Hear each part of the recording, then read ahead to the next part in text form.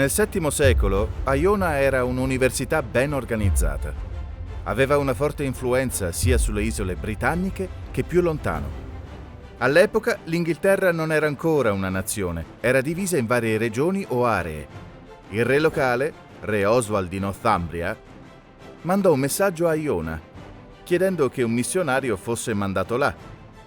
Aidan, che era stato formato a Iona, fu mandato laggiù e quando arrivò chiese al re se poteva fondare la sua scuola di formazione sull'isola di Lindisfarne.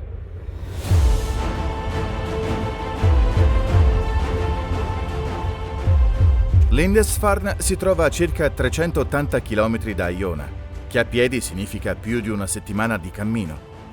È ancora conosciuta come l'isola sacra, anche se non è completamente separata dalla terraferma. È un'isola tidale di circa 4 km quadrati, lunga circa 4 km e larga circa 2,5 km. 2 volte al giorno, quando sale la marea, l'isola rimane isolata. C'era qualcosa nella solitudine e nell'isolamento dell'essere su un'isola che questi primi missionari sembravano considerare prezioso, un luogo dove stare in disparte, riposare, studiare e prepararsi per il servizio in missione.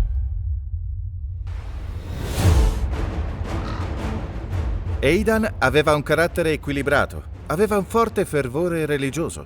Era molto ingegnoso e si diceva che non era mai pigro. In lui c'era una fiamma di vita che bruciava così tanto come in molti dei missionari mandati da Patrick e Columba. Era così preoccupato dei poveri e passò gran parte della sua vita cercando di riscattare gli schiavi. Vedete, aveva una fede molto pratica.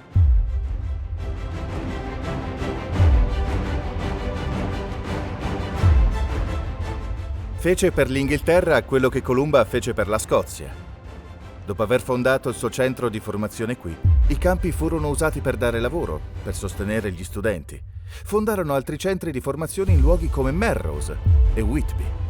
Ad Aidan seguì Finan, che fondò un centro di formazione a Tilbury, nell'Essex, che fu essenziale per evangelizzare l'Inghilterra centrale. Dopo Finan venne Coleman. E in 30 anni questi 3 uomini fecero un enorme lavoro qui in Inghilterra. Il paganesimo fu spazzato via e sostituito dalla religione del Nuovo Testamento. Questi grandi uomini non erano monaci, nell'accezione che diamo noi oggi, ma missionari e mantenevano la fede che avevano appreso a Iona. In Truth Triumphant, pagina 127, si legge: «Non è esagerato dire che, ad eccezione del Kent e del Sussex, tutto il popolo inglese ricevette le fondamenta della fede dai missionari celtici». Vedete, in 30 anni questi uomini portarono il Vangelo in Inghilterra e quasi 3/4 furono convinti grazie al loro lavoro missionario.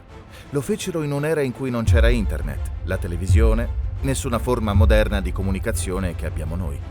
Oggi Dio ha messo noi in varie parti di questo paese, in varie parti del mondo, e ci ha dato la sua parola. Ha dato a noi il messaggio che vuole che venga annunciato ad ogni nazione, popolo e lingua. Dobbiamo essere fedeli nelle nostre chiese locali e nelle comunità in cui sono inserite le nostre chiese e portare il messaggio e condividerlo con coloro che non l'hanno mai sentito, annunciando che Gesù può tornare a breve.